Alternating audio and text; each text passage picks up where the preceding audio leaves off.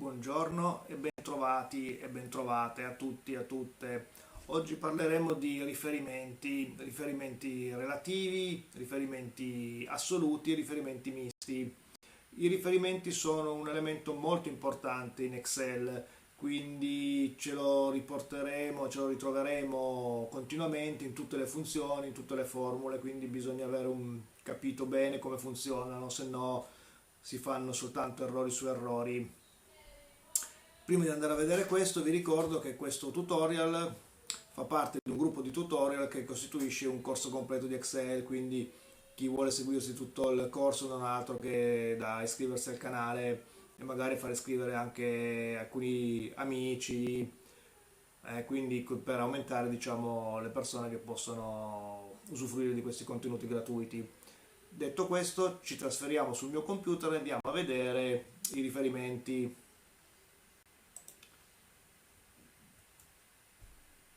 Eccoci qui, riferimenti.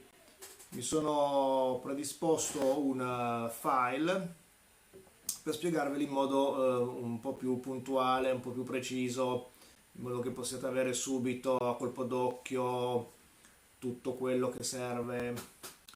Allora, esistono tre tipi di riferimenti: quelli relativi, quelli assoluti e poi quelli misti. Quelli misti sono soltanto una variante di quelli assoluti. Adesso andiamo a vedere i riferimenti relativi, quelli che sono i primi che si usano, quelli che sono più intuitivi in un certo senso. In questo esempio abbiamo una, un'azienda che ha una serie di entrate e di uscite e qui sono, sia le entrate che le uscite sono divise per mese e noi vogliamo sapere ovviamente l'utile che questa azienda ha avuto mese per mese. Quindi noi potremmo ovviamente fare in questa prima maniera. Noi potremmo scrivere uguale per dire che ha Excel che deve eseguire un calcolo, quindi una formula, e poi potremmo scrivere 50.000 meno 30.000, invio. Ovviamente il calcolo è corretto, è giusto, lui ha fatto 50.000 meno 30.000 sono 20.000. Però questo modo di fare i calcoli non è pratico, non è utile e poi direi, non voglio dire sbagliato perché il calcolo è giusto, però utilizzeremo, diciamo, Excel, questo foglio di calcolo che fa ben più di solo i calcoli, come se fosse proprio solo una calcolatrice, quindi in modo poco, veramente poco intelligente, passatemi il termine. Quindi si potrebbe fare molto meglio, quindi si può ad esempio andare giù e fare sempre uguale, ma andare a dire non mi fai il contenuto della cella meno il contenuto di questa cella, ma mi fai la cella, qualunque valore ci sia, meno il valore, meno la seconda cella. Quindi andando a selezionare la cella, questo, meno, questo, invio.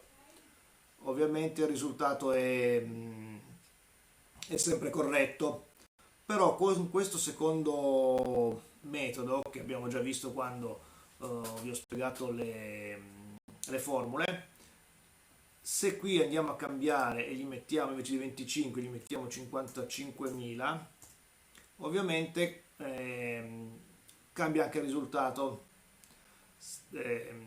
Qui invece no, perché se noi invece di mettere 30.000 mettiamo 40.000, il risultato non cambia, quindi questo primo metodo messo su questa prima riga non è da considerarsi, quindi è da considerarsi sbagliato. Quindi adesso lo cancello anche questo e ripartiamo, diciamo, giusti. Quindi uguale, l'utile, entrate, meno, uscite e via. 10.000, qui ho lasciato 40.000, tanto non cambia. Adesso noi dovremmo ripetere la stessa operazione in tutte queste celle.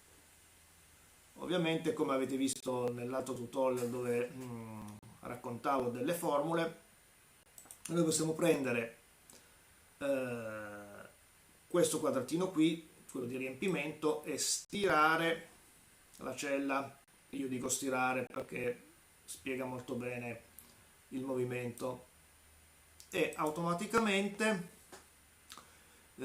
Excel calcolerà tutti i risultati. Però perché è successo questo?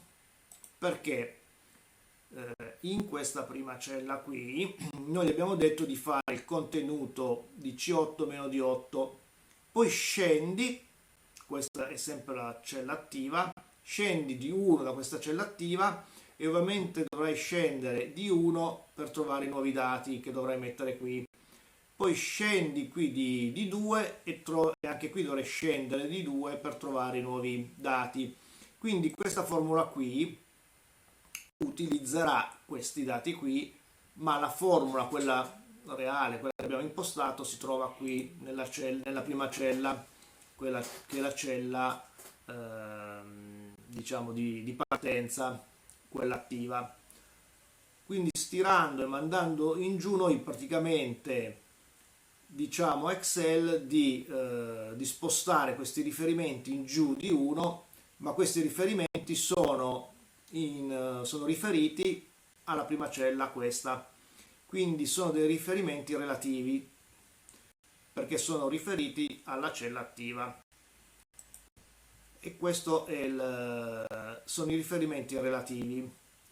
Andiamo a vedere il caso di quelli assoluti.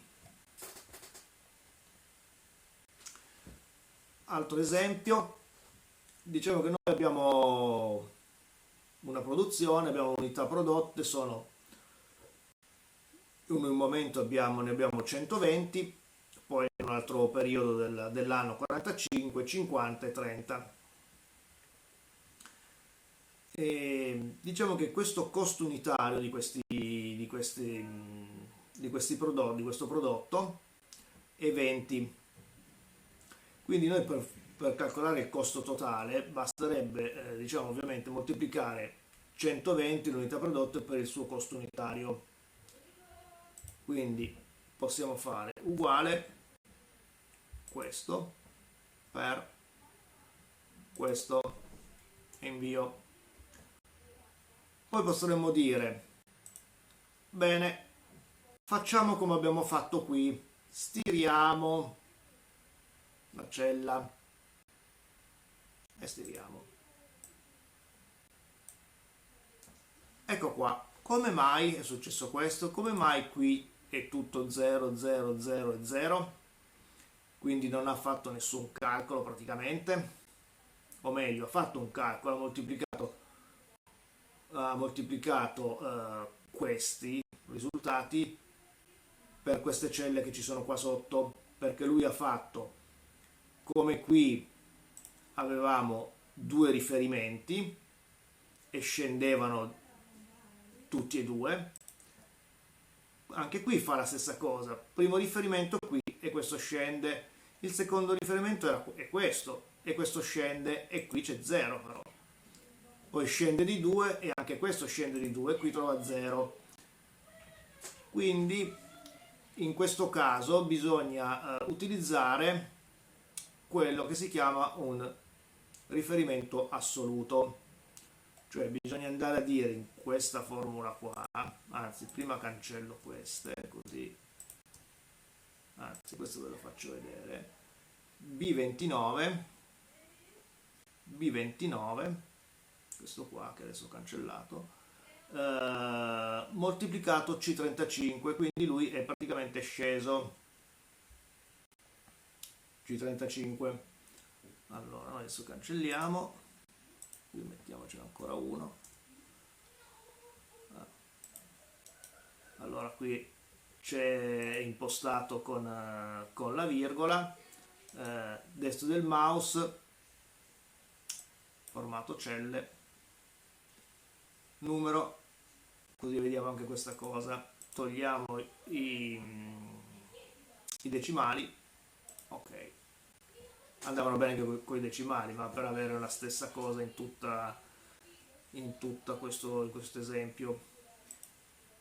Quindi andiamo a vedere bene questa formula. B25 per C31. Noi questo C31, che è questa cella qua, il suo riferimento è formato dalla C, la colonna C, e dalla riga 31, riga 31. Se noi vogliamo fargli un riferimento assoluto prima della C, qui, proprio qua, gli andiamo a inserire un simbolo, questo, il dollaro. Questo vuol dire che non si potrà muovere al di fuori della colonna C, quindi non potrà andare in D o in E.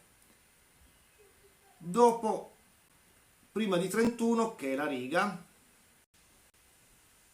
gli diciamo non ti devi neanche spostare di riga, quindi qui andiamo a mettere dollaro. Perfetto, invio. Adesso quando lui farà scendere la formula non potrà farla scendere né nelle righe né ovviamente sulle colonne, ma sulle colonne non ci scendeva già perché noi scendevamo con la formula in verticale. Andiamo a vedere. Ecco fatto. Il risultato direi che è giusto. Vi faccio ancora notare un'ultima cosa. Qui ovviamente questo è il riferimento assoluto. Ovviamente siccome noi scendiamo in verticale, quindi non ci muoviamo di colonna, questo primo simbolo del dollaro lo possiamo pure togliere, tanto non lo useremo nell'utilizzo di questa formula, mentre dovremmo lasciare questo che è prima delle righe, perché invece le righe non devono scendere. Questo tipo di riferimento, dove ne manca uno di dollaro, diciamo, è il riferimento misto.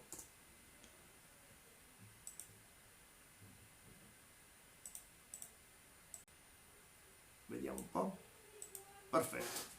Come vedete non è cambiato niente. Bene, il tutorial finisce qui. Io vi saluto e vi aspetto al prossimo tutorial.